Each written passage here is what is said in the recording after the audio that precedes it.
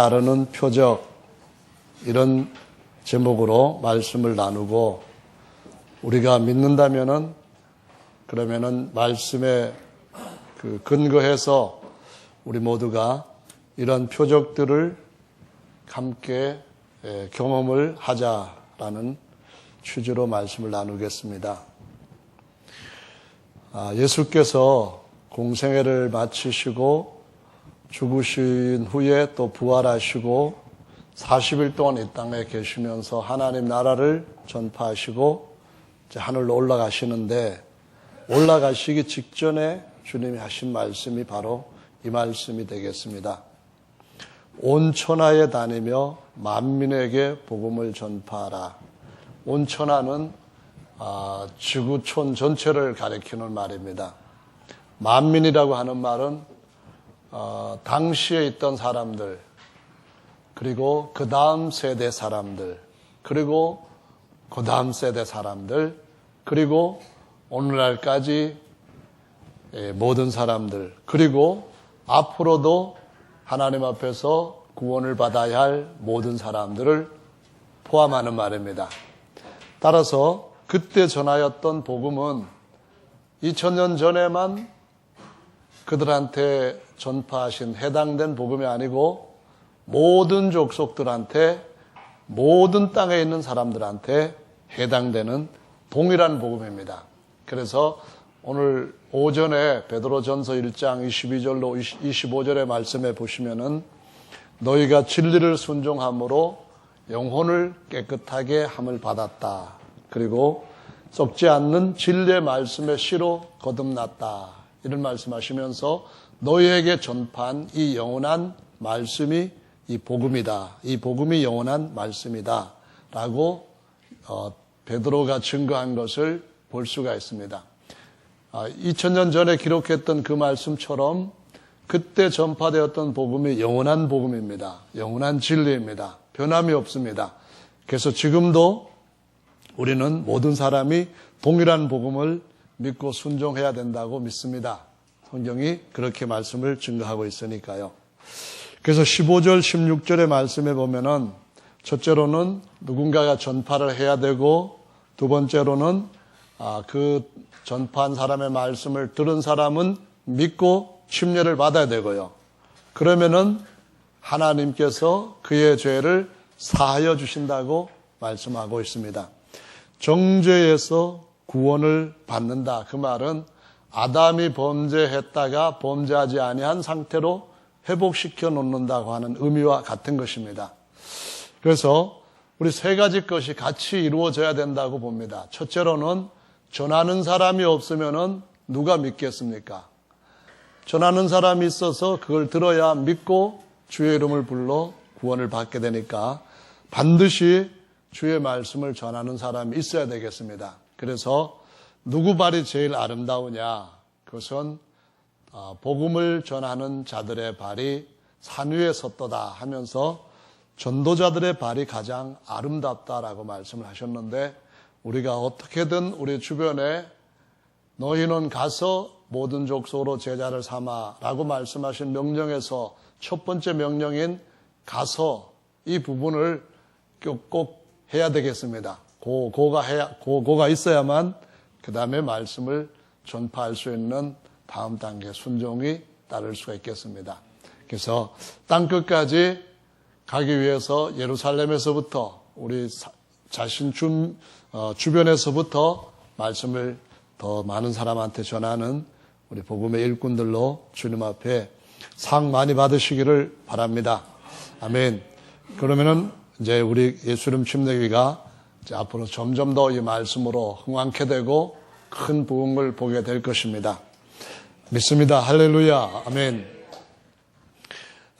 근데 오늘 본문 중에서 특히 이어지는 말씀 17절부터 보시면은 믿는 사람들에게 이런 표적이 따를 것이다 라고 기록을 하고 있는데요. 첫째로는 귀신을 쫓아내고 새방언을 말하고 뱀을 짚고 무슨 독을 마실지라도 해를 받지 않고 병든 자에게 손을 얹은 즉 나으리라 라고 말씀하셨는데요. 믿는 자, 다른 말로 말하면 신자 또는 성도에게 이런 표적이 따르겠다라는 말씀입니다. 그러면 이 표적들 중에서 여러분이 경험하신 표적들은 몇 가지나 될까요? 한번 질문을 드려볼까요? 저 귀신 쫓아내신 분, 귀신 쫓아내 보신 분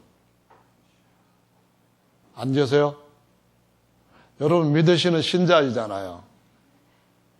그러면은 두 번째로는 세방언을 말하며, 네, 그것은 많이 경험하셨는데요. 다음에 뱀을 집으며, 뱀 집어 보신 분, 그래도 제법 많으시네요. 뱀을 집어 보셨는데, 저도 군에 있을 때 뱀을 집어 봤습니다. 집어가지고, 뱀 모가지를 이렇게 탁 따내면은 내장이 쑥 빠지고, 그러니까 믿는 사람한테는 그런 표적이 따른다 했는데, 제가 예수님을 잘 몰랐을 때 뱀을 집었는데요. 뱀을 안 집어본 신자들도 많이 있는 것 같습니다.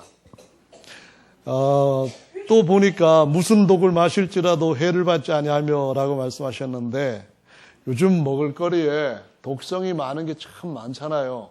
그래서 어떤 분은 이 말씀을 근거로 해서 뭐든지 말씀과 기도로 거룩하여지니까 기도하고 먹으면은 괜찮다. 그런 말씀 하시는데, 근데 그래도 그 나쁜 것들 먹으면은 안 되죠. 가능하면은, 방부제 많이 들어가지 않고 또 사람들 빨리빨리 키우려고 하는, 사람이 아니라 먹을거리 빨리 키우려고 하는 촉진제 같은 거 들어가지 않고 이런 걸 먹어야만 우리 몸도 그런 데서부터 영향을 덜 받게 되는데, 왜 이렇게 믿는 사람들한테 뱀도 짚는다고 말씀하시고 무슨 독을 마실지라도 해를 받지 않는다는 표적도 따르겠다고 말씀하시고 또 병든 자에게 손을 얹을 것이다 라는 이런 말씀도 하셨는데, 왜 이 말씀들이 과연 모든 사람들한테 보편적으로 적용되는 말씀인가요? 믿는 사람이라면 모든 사람들한테 이런 표적이 두드러지게 따르는 표적들이다 라고 말씀할 수 있는 건가요? 왜 믿는 사람들한테는 다른 여러 가지 표적들도 있죠. 예전에 승질 부리던 사람들이 덜 부리게 되거나 아니면은 사람이 완전히 변화돼 가지고 새 사람이 되는 그런 표적도 있고요. 오늘 정중택 집사님이 오늘 처음 오신 어떤 아이 엄마랑 같이 상담을 하셨는데, 아마 부처를 믿는 집안인가 봐요. 불교 믿는 사람들은 완전히 망난이었다가 새 사람으로 변하는 경우가 없고, 예수님 믿는 사람은 완전 깡패 같은 못된 인간이었다가도 극적으로 변화되는 사람이 참 많다. 그런 얘기를 하시더라고요. 그러면서 하는 얘기가 왜 그렇게 되느냐 하면은 부처님이 한 번도 내가 너를 만들었다 그런 적이 없대요. 그 사람을 만들어 본 적이 없으니까 새 사람을 만들지 못한다는 거예요. 근데 예수님은 내가 너를 만들었다 하면서 완전히 망가진 것도 고치는 분이니까 완전 영원히 죽을 수밖에 없는 그런 인간들도 불러다가 영원히 살게 해주시는, 고치는 분이시니까, 새 사람 만드시는 분이니까 당연히 교회 오면은 망나니들도 성자로 변한다. 그런 얘기를 하셨는데요. 뒤에서 들으면서 정말 재미있었습니다. 예. 보편적으로 신자들한테는 많은 표적들이 있는데도 불구하고 굳이 왜 이렇게 말씀을 하셨나요? 왜 뱀을 짚는다는 말씀도 하시고, 독도 마신다고 하고, 귀신도 쫓아낸다고 하고, 이런 말씀을 하셨는가요? 여러분 생각은 어떻습니까? 네, 이것은 사실은 우리 모두가 경험할 수 있는 보편적인 분명한 표적입니다. 그리고 우리가 경험을 했고, 또 다른 사람들도 경험하게 해야 할 주님의 증인들에게 당연히 주님이 따르게 하시는 표적들입니다. 근데 이것을 어떻게 이해하느냐? 그것이 관건입니다.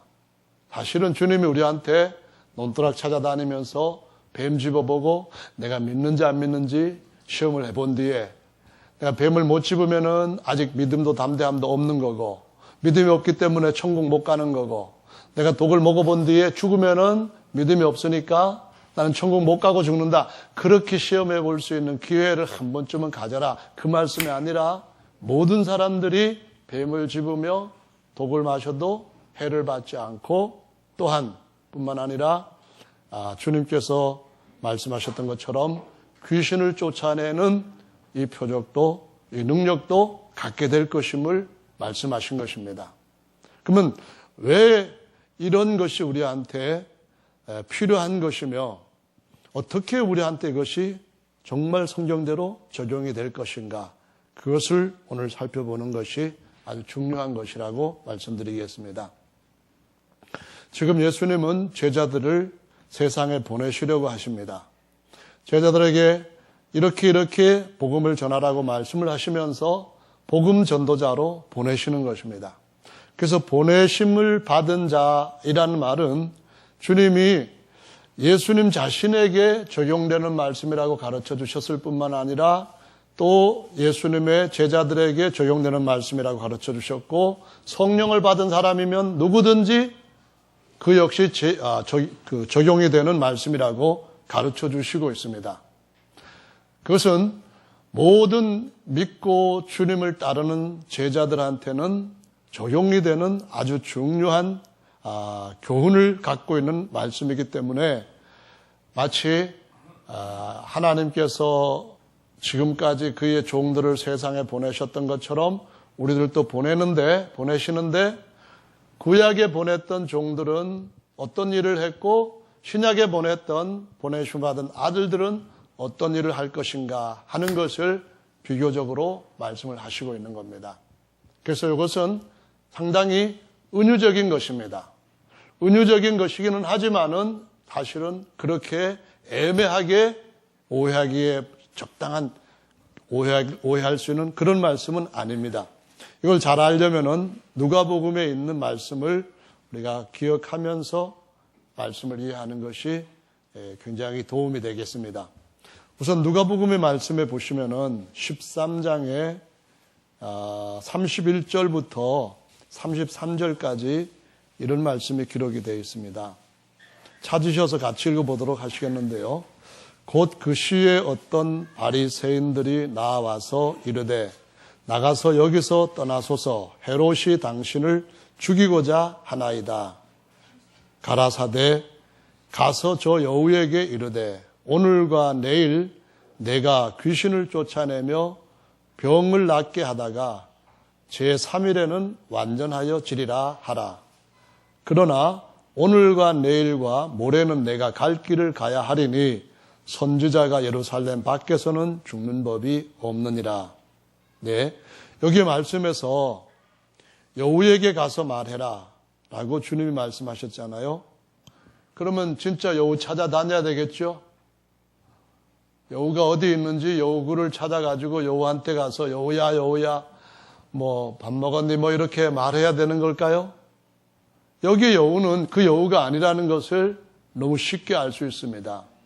따라서 뱀도 무엇을 의미하는지를 이해하면은 간단한 문제입니다.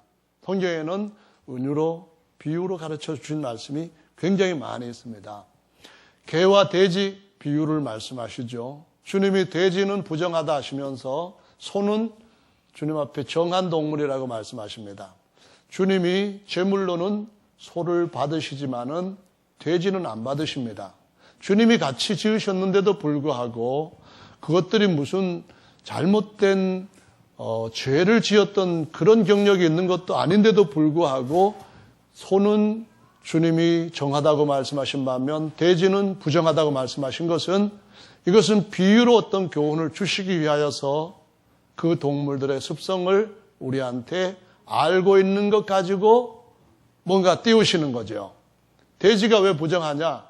굽이 갈라지면 부정하지 않다고 하셨는데 돼지는 굽이 갈라졌는데도 부정하다는 것은 돼지는 많이 먹기만 하고 제대로 소화는 안 하고 싸버린다는 겁니다. 근데 소는 많이 먹지만은 첫째는 뭐를 합니까? 그걸 굉장히 많이 소화시키기 위해 가지고 또 되새김질, 또 되새김질, 또 되새김질을 합니다. 그리고 가만히 있는 것이 아니라 돼지처럼 빈둥빈둥 놀면은 역시 소도 칭찬을 못 받을 겁니다. 그러면 뭐를 해야 됩니까? 소는 돼지하고 다르게 쟁기를 끕니다. 소는 돼지하고 다르게 멍에를 맵니다. 주님이 우리에게 돼지는 부정하다 하는 말은 우리가 돼지처럼 되지 말라는 거죠. 소처럼 주님이 받으시는 정한 생물이 되라는 겁니다. 말씀을 많이 듣고 말씀을 많이 알고 그래서 이것이 옳고 이것이 옳고 굽이 갈라진 것 이게 의의 길인지 악인의 길인지 다 구별이 됩니다. 그런데도 불구하고 돼지우리에서 여기 누웠다가 저기 누웠다가 그러기만 있으면 안 된다는 겁니다. 어떻게 됩니까? 말씀을 되새김질하고 소화를 해서 다른 이들한테 전할 수 있는 사람이 되어야 된다는 겁니다. 쟁기를 들고 씨 뿌릴 수 있는 털을 만들어야 된다는 거죠. 아멘. 누군가의 짐을 같이 짊어지고 나갈 수 있는 이런 사람이 주님께서 받으시기에 정말 충실한 내 종이라 해서 마태복음은 정복하는 왕의 모습을 보이는 반면에 마가복음은 일하는 자신의 모든 것을 다 주인을 위해서 내놓는 소의 믿음의 종의 모습을 보여주는 겁니다. 그래서 우리가 주님 앞에 정말 잘해야 될 것 중에 첫 번째가 뭡니까? 기도도 잘해야 되겠고 봉사도 잘해야 되겠고 또 여러 가지 잘해야 될 것이 많이 있습니다. 그러나 그 중에 첫 번째 오직 성령이 너희에게 임하시면 너희가 권능을 받고 예루살렘과 온 유대와 사마리아와 땅끝까지 이르러 내 증인이 되리라. 이것을 잘하는 것이 하나님의 성령의 인도하심에 그 손에 잘 붙들려 쓰여지는 예수님의 종의 모습인 줄로 믿습니다. 아멘. 그래서 오늘 이 말씀 마가복음의 말씀은 전도하러 보내시는 겁니다. 땅 갈라고 씨 뿌리라고 보내시는 겁니다. 그 보내시는데 구약 성경의 보냄을 받았던 자와 신약 성경의 보내심을 받았던 자와 다른 거예요. 뿌리는 씨가 다르고 아멘. 그 나가는 신분이 다르다는 말씀을 하시고 있는 것입니다. 아멘. 첫사람 아담이 범죄했다가 죄를 지었는데 그 죄를 용서받았다 할 때 그러면 죄 짓지 않은 에덴 동산 그쪽에 들어간 정도입니다. 그런데 주님은 우리를 거듭나게 하는 복음을 주셨어요. 다시 태어나게 하는 복음을 주셨어요. 천사들까지 이제는 종으로 부릴 수 있는 더 높은 신분을 얻을 수 있는 더 높은 복음을 주셨다는 말씀입니다. 아멘. 그래서 성령으로 거듭난 자들은 어떤 자입니까? 천사보다도 월등한 자라고 말씀합니다. 할렐루야. 마태복음 11장 11절에 뭐라고 말씀이 기록되어 있는지 여러분 아시죠? 뭐라고 기록되어 있죠? 첫째로 이렇게 침례요한에 대해서 주님이 말씀합니다. 여자가 낳은 자 중에 침례요한보다 큰 자가 없지만은 천국에서는 지극히 작은 자라도 요한보다 크니라 이렇게 말씀합니다. 그게 무슨 얘기입니까? 모세보다도 침례요한이 더 큰 자라는 겁니다. 다윗보다도 침례요한이 더 큰 자라는 겁니다. 그런데 오늘 여기에서 복음을 전하러 보낼 때에 성령으로 거듭났으면은 지금 금방 성령으로 난 자라 할지라도 다윗보다 큰 자이고 또 침례 요한보다도 큰 자이고 물론 모세보다도 큰 자라고 말씀하시고 있습니다. 그래서 주님은 그 구약 성경을 가지고 성경을 믿고 있던 그 시대에 베드로를 통하여서 마가의 손에 의해서 마가복음을 기록하게 하실 때에 출애굽기에서 가장 뛰어난 전도자를 보내시는 모습에다가 한번 딱 겹쳐가지고 오버랩을 시켜가지고 이 말씀을 보냄을 받게 되는 우리 모두를 위하여서 주셨다는 것입니다. 아멘. 자, 누가 보내심을 받은데 가장 뛰어난 보내심을 받은 자로 구약성경에 등장합니까? 모세지요. 모세는 어떤 사람이었습니까? 400년 동안 애굽에 지독한 종사를 하던 이스라엘 백성들을 이끌어내는 정말 전무후무한 보내심을 받은 자로 가게 됩니다. 출애굽기 4장의 말씀을 보십시오. 4장의 말씀에서 특이한 것이 나옵니다. 뭐가 나옵니까? 모세가 자신의 힘으로는 못 가겠다고 했을 때에 주님께서 가게 하십니다. 주님께서 가게 하셨는데 그 가게 하시는 말씀을 순종해 가지고 가다가 숙소에서 하나님이 모세를 만나 가지고 엄청나게 놀라운 일들을 보여주시는 거죠. 무슨 일이었습니까? 그것이 바로 마가복음 16장 15절 16절에 기록되어 있는 말씀입니다. 뭔가요? 모세는 자기가 광야에서 40년 동안 그냥 목자로서 사는 동안에 처음에 낳았던 아들 게르솜을 미디안의 풍습에 따라서 할례를 하지 않은 상태로 그냥 키웠습니다. 원래는 8일 만에 할례를 해야 되는데 첫 아들은 할례를 하지 못했어요. 그런데 또 아들이 하나 태어났습니다. 그때는 할례를 했습니다. 그의 부인이 여보 뭐 하는 거야? 이랬을 때에 왜 애기 울어? 이랬을 때에 이거는 아브라함에게 하나님이 이렇게 약속을 하셨기 때문에 우리 조상들은 대대로 하나님의 백성이라고 하는 표로 이렇게 할례를 하는 거야. 이렇게 해서 할례를 한 겁니다. 그랬는데 두 아들과 아내를 데리고 모세가 애굽으로 가는 길이었는데 주님이 그 노정에 두 번째 나타나셨을 때에 모세를 죽이려고 하신 겁니다. 왜 죽이려고 했죠? 큰 아들한테 할례를 안 했기 때문에 그 아버지한테 책임을 물어가지고 죽이려고 한 겁니다. 딱 상황을 보니까 자기 남편이 죽게 되었어요. 그것도 보내심을 받은, 보내신 하나님으로부터 죽임을 당하게 된 아주 위급한 상황이 온 겁니다.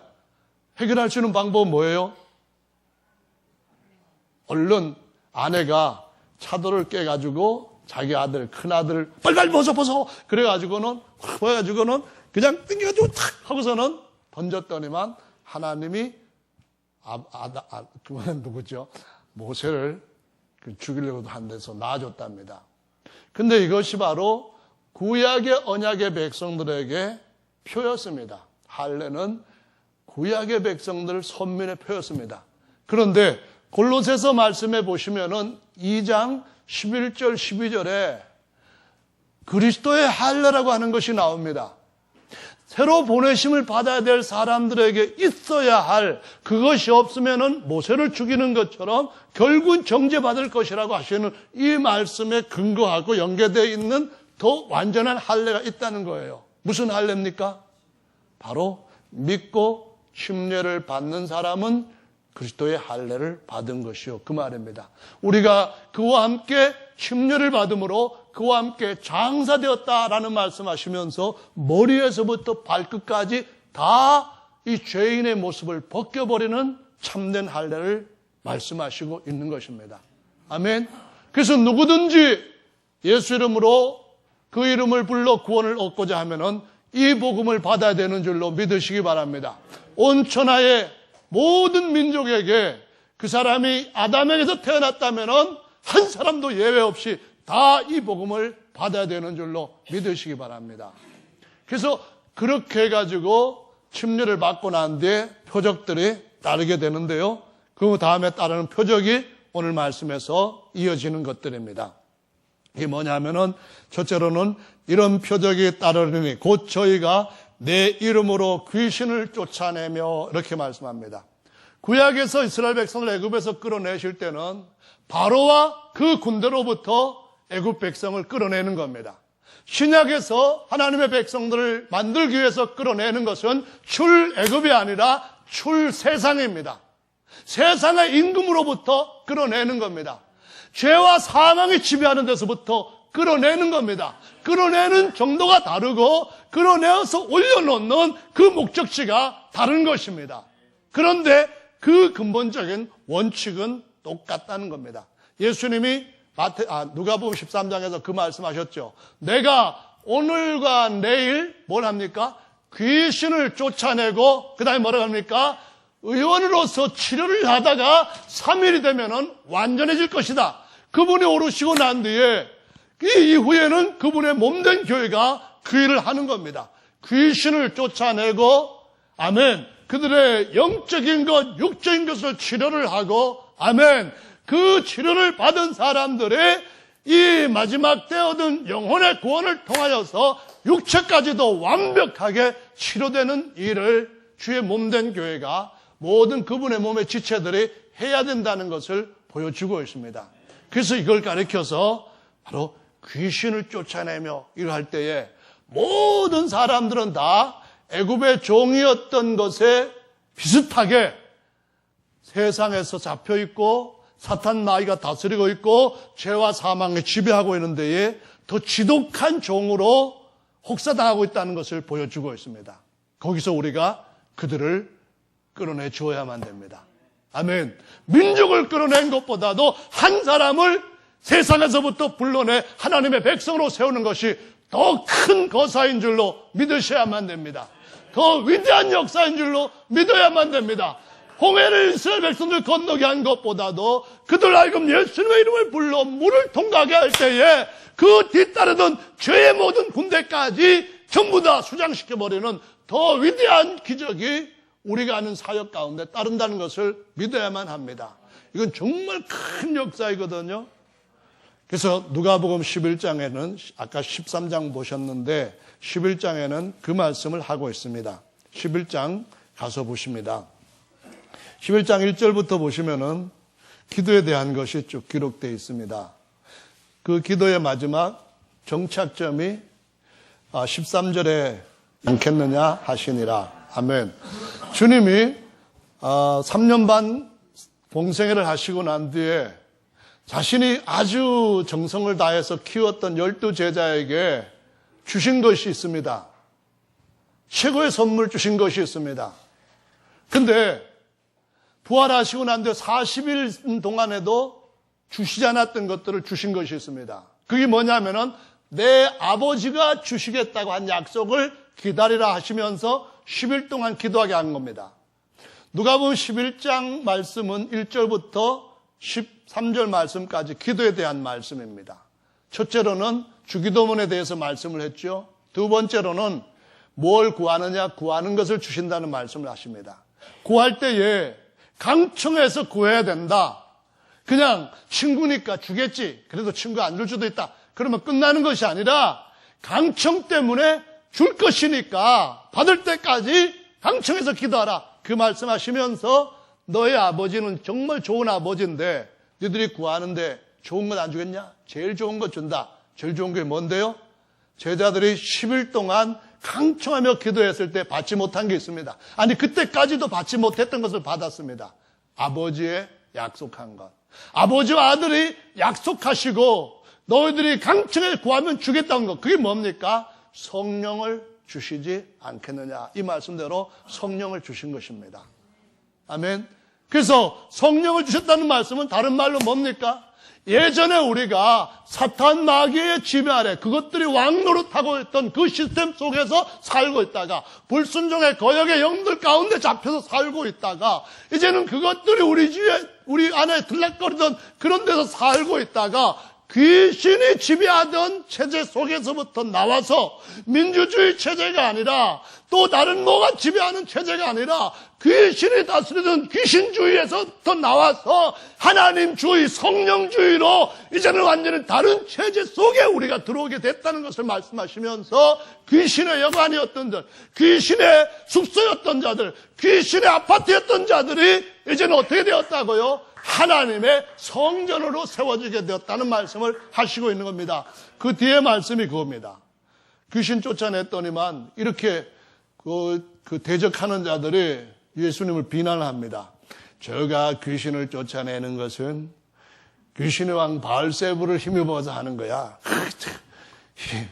누가 그런 걸 못하냐? 그거 하는 거는 귀신 새끼야, 귀신의 종이야, 뭐 이런 식으로 비난합니다. 예수님 말씀하시기를 어떻게 분쟁하면은 다 망하는데 분쟁하는 귀신의 나라가 분쟁해가지고 귀신 쫓아내겠느냐. 말도 안 된다. 그런 말씀도 하시면서 스스로 분쟁하는 집구석도 다 망한다. 그런데 어떻게 귀신을 쫓아내고 그 집안이 온전하게 섰다고 너희들 그런 비난 말도 안 되는 걸 하느냐. 그런 말씀을 하시면서 뒤에 보시면은 하나님의 손을 힘입어 귀신을 쫓아내는 것이면은 하나님 나라가 임하였다. 그 말씀하시고 전에는 귀신이 와가지고 막 집안에서 온갖 더럽게 못된 짓을 다 해놨는데 그 집안을 수리하고 그 집안 청소하고 수리했더니만 귀신이 도망갔는데 그 주인이 다시 와서 그 집을 점령하지 아니하면은 이 악한 귀신이 7 데리고 와가지고 처음 형편에 더 악하게 되었다. 그 말씀하시면서 성전 이야기를 하며 하나님 나라 이야기를 하시는 겁니다. 이것이 바로 너희가 가서 먼저 주의 나라와 주의 의를 구하라 했을 때에 누군가를 예수님을 믿고 애굽에서부터 나와 하나님의 그 백성으로 들어오게 하려면 하나님의 나라를 세우는 것이며 하나님이 거하시는 하나님의 집을 세우는 것이라고 말씀하시고 있는 겁니다. 그래서 모든 이들은 귀신을 쫓아내는 일이 보이든 보이지 않든 일어나고 있다는 사실을 믿어야 됩니다. 우리가 누구에게 예수님의 말씀을 전하고 그를 위해서 기도하고 그가 회개하고 그가 하나님 앞에 침례를 받게 할 때에 그 집을 깨끗하게 해주는 겁니다. 귀신이 더 이상 역사하지 못하도록 그 집안을 하나님의 소유로 바꿔놓는 것입니다. 아멘. 그러므로 우리가 사탄과 마귀의 그 모든 것들을 물리칠 수 있는 권세자라는 것을 천명하는 겁니다. 구약에서는 다윗이 골로셋과 싸워가지고 이겼습니다. 골리앗의 이마에다가 물맷돌을 던져가지고 한 방에 넘어지게 만들고 목을 베버렸습니다. 근데 한 번도 다윗이 물맷돌로 악령을 쫓은 적이 없습니다. 다윗이 악령을 쫓을 수 있는 방법은 오직 뭐였습니까? 악기 연주로 찬송하는 거였습니다. 그러면 악기가 무서워서 도망을 가는 게 아니라 더러워서 도망을 갑니다. 정말 이 집구석에는 맨날 찬송만 하고 내가 기분 정말 안 맞네 그러면서 더러워서 갖는다. 어디로 갑니까? 더러운 데로 가는 거예요. 다윗이 귀신을 쫓아내지 못했던 이유는 신분이 천사들보다 열등하기 때문에 어쩔 수가 없는 겁니다. 신약에서는 예수께서 하나님의 아들로서 그 모든 천사들도 잡을 수 있는 만유의 주님으로 후사가 될 자리에 그 신분에 있고 그분이 바로 십자가에서 사탄 마귀의 권세, 뱀의 권세, 머리를 팍 깨버렸기 때문에 그 이름을 믿고 그 신분으로 거듭난 자들은 전부 다 귀신한테 도망가실래요? 그런 게 아니라 마귀를 대적하라. 그러면 그것이 너희를 피할 것이다 라고 말씀합니다. 권세가 달라졌고 우리를 보내신 그분이 우리의 신분을 완전히 바꾸어 놓으신 줄로 믿으시기 바랍니다. 그래서 신약에서는 저희가 귀신을 쫓아내며 당연한 겁니다. 그러면은 그 다음 사람한테 뭘 우리가 시키는 겁니까? 침례받고 난 뒤에는 성령이 그들에게 내가 이제 너를 낳았다 이렇게 증언해 주실 수 있도록 성령 침례받게 기도해 주는 겁니다.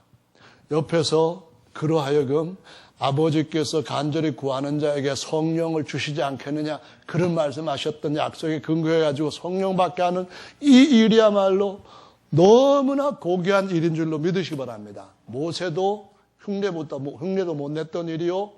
아멘. 침례 요한도 자기가 할 수 있었던 그런 영역의 일이 아니었습니다. 그런데 침례 요한보다 훨씬 큰 하나님의 아들들은 둘째 하늘에 있는 모든 영들을 지배할 수 있는 권세까지도 얻은 자들입니다. 이것을 우리가 믿으면은 그대로 될 것이고 믿지 않으면은 떨게 될 겁니다. 믿지 않으면 우리 신분이 정말 그러한지 모를 거예요. 그냥 우리에다가 독수리 알을 어미닭한테 부화시켰을 때에 다른 달걀들과 같이 부화시켜가지고 키워놓으면은 삐약삐약 거릴 때 독수리 새끼도 그냥 삐약삐약 그런 거 배우고 사자 새끼를 같이 우리에다가 강아지랑 키워놓으면은 강아지가 멍멍멍멍 그럴 때 사자 새끼도 엉멍멍멍 이렇게 흉내낼 것이고 모를 겁니다. 우리가 마태복음에서 말하는 것처럼 하나님의 아들들인 줄로 믿으시기 바랍니다. 강한 왕들로서 주님이 지금 우리를 키우고 계시는 겁니다. 할렐루야. 우리가 밟은 만큼 하나님은 우리에게 더 큰 나라를 유업으로 주실 줄로 믿으시기 바랍니다. 너무 큰 나라에 큰 임금 되시기를 바랍니다. 할렐루야. 더 높이 더 큰 영광에 독수리처럼 나르는 인생을 여러분 선택하시기를 예수님의 이름으로 축원합니다. 할렐루야. 귀신을 쫓아내며 새 방언을 말하며 그 다음에 이 사람이 뭐가 됩니까? 물과 성령으로 거듭나고 난 뒤에 딱 다음에 오는 것이 뱀 짚는 일입니다. 누구처럼? 모세처럼요. 믿습니까? 모세가 뱀 짚는 일을 언제 했습니까? 하나님의 아들로 딱, 하나님 보내신 자로 딱 선택되고 난 뒤에 뱀 짚는 일을 합니다. 못 가요, 하나님. 못 갑니다. 그럼 너 뭐 할래? 그랬을 때 속으로 그랬겠죠. 뭐 제가 할 게 뭐가 있어요? 지금 80세인데 집이 지팡이 짚고 다니기도 힘든 꼬부라진 시기에 무슨 뭘 한다고요. 사람이 살면 70이고 강건한 80이라 했는데 지금 다 사는 인생한테 뭘 할래가 뭐예요? 지팡이 짚죠. 그랬더니 네 손에 잡은 게 뭐냐고 묻습니다. 지팡이지 뭐예요? 지팡이죠. 하나님 앞에 그랬습니다. 그럴 때 하나님이 지팡이를 땅에 버리라 했습니다. 그래서 그걸 왜 버려요? 하면서 안 버려요. 난 못 버려 그러지 않고 버렸답니다. 버렸더니 지팡이가 뱀이 돼가지고 모세를 물려고 막 달려들었습니다. 근데 하나님이 이리저리 피하는 모세한테 다시 뭐라고 했습니까? 지팡이를 집으라고 하셨는데요. 지팡이가 아니었습니다. 뱀을 집으며 그 말입니다. 뱀의 뭐를 집으라고요? 뱀의 머리를 집는 게 아니라 뱀의 꼬리를 집으라고 말씀합니다. 바울이 예수님의 종이 되고 난 뒤에 깨달은 것은 자기가 전에 육체적으로 유익되던 것들을 오히려 해로 여길 뿐더러 또 뭐라고 여긴다 했습니까? 빌립보서 3장에 우리말에는 배설물로 얘기했고요. 다른 성경들, 영어 성경들은 찌꺼기라는 표현을 썼습니다. 아니, 쓰레기. 다시 말하면은 우리가 예수님의 일을 할 때에 우리의 가지고 있는 힘과 인간적인 능력 가지고 귀신 쫓아내는 거 아닙니다. 인간적인 능력 가지고 사람 전도해서 믿게 하는 거 아닙니다. 뭘로 하는 겁니까? 오히려 그거 의지하면은 사도 바울도 고린도서 2장에서 그거 나오지 않게 하기 위해서 심히 두려워하면서 떨기까지 했다고 합니다. 뭘 의지합니까? 자기 경험이나 자기가 능숙한 그거 의지하지 않고 하나님을 의지하는 거. 이게 하나님이 나를 물게 했던, 나를 더럽게 했던 그 뱀을 바꾸어 가지고 하나님의 지팡이로 하나님의 일을 할 수 있는 도구로 우리를 세우시는 것을 보여주시고 있는 겁니다. 근데 우리가 너무 많은 경우에 너무 똑똑하기 때문에 너무 장기를 많이 부리기 때문에 악인의 꾀에 능숙해 있기 때문에 뱀의 꼬리를 잡으라 이렇게 말씀할 때에 그거 왜 잡습니까? 이렇게 나옵니다. 아니 뱀의 꼬리 잡는데 내가 뭐하고 무슨 상관이 있다고 잡으라고 하는 겁니까? 그렇게 나오는데요. 그래도 하나님이 일을 하고 싶다 이 마음이 있는 이들에게는 뱀의 꼬리를 잡으라 할 때에 꼬리 잡는 거는 정말 아직까지 한 번도 해보지 못한 너무 무모한 행동인 것 같아요. 제가 40년 동안 광야에서 뱀 많이 봤잖아요. 잡을 때도 있었는데 꼬리 잡으면 안 되는 거는 하나님이 모르시면 저는 알아요. 이런 식으로 나온 겁니다. 뱀의 꼬리를 잡으면 뱀한테 덥석 물리는 자해행위입니다. 독도 보면은 여러 가지 독이 있거든요. 성경에 보면은 정갈의 독도 있고 뱀의 독도 있고 뭐 있습니다. 우리 생활에 보면은 많은 독들이 있는데요. 인터넷 자료에 보니까 뱀 독사의 샬모사라든가 코프라 이런 독보다도 더 무서운 독이 누구의 독인가 하면은 개구리의 독이랍니다. 독개구리의 독인데요. 이 독은 엄청 심각한 무서운 독이래 가지고 원주민들이 사람들을 공격할 때에 그 독을 사용했답니다.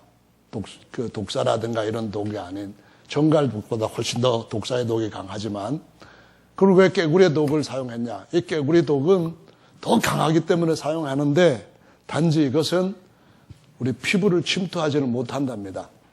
근데 그걸 갖다가 화살에다가 딱 묻히면은 사람의 피부에 꽂힐 때 치명적으로 개구리 독이 사람 몸에 순식간에 퍼진다는 거예요.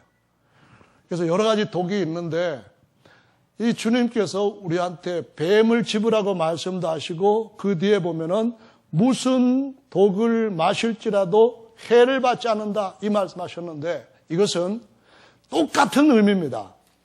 어떤 의미에서 똑같은 의미인가 하면은 마태복음 10장 말씀을 보시면은 이 의미가 어떤 것인지를 잘 아시게 되는데요. 마태복음 10장은 무슨 얘기입니까?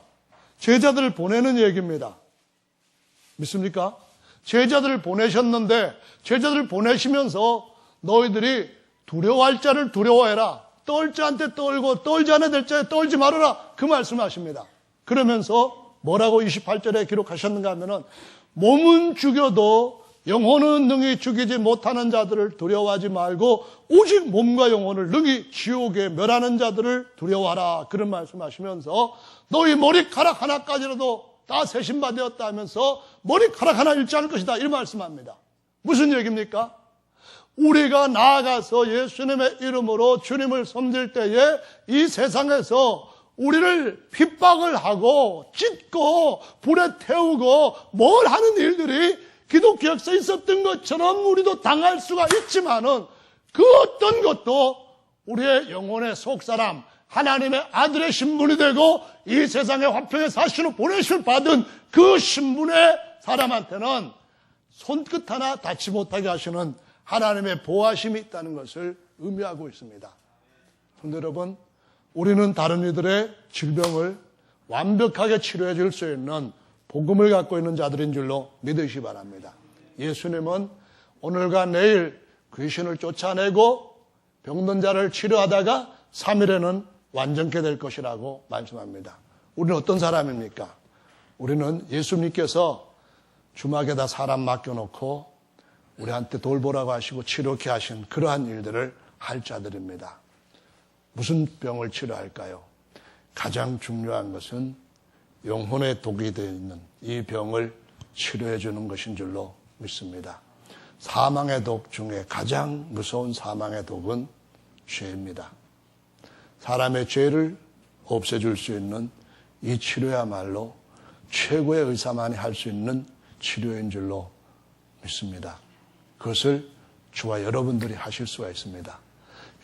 저와 여러분들이 해야 될 일인 줄로 믿습니다. 그러면은 마지막 말씀이 이겁니다. 저들이 나아가 두루 말씀을 전파할세 주께서 함께하사 따르는 표적으로 친히 증거하여 주시니라. 그겁니다. 주님이 거기에서 주님이 일을 하실 겁니다. 그래서 아무리 내가 이것도 부족하고 저것도 부족하고 하다 할지라도 그리스도의 복음과 그 말씀과 은사 성령에 충만하면은 누구나 주님으로부터 제한받을 수 있는 것이 없습니다. 누구나 다 주님 앞에 쓰임받을 수 있는 주님 부르신 자들인 줄로 믿으시기 바랍니다. 성령 안에서 강하여 주시고 성령 안에서 위대해지신 그런 일꾼들, 하늘의 별들처럼 되시기를 예수님의 이름으로 축원합니다. 앞으로들 나오셔서 함께 이런 거룩한 소망을 갖고 기도하는 시간 갖겠습니다.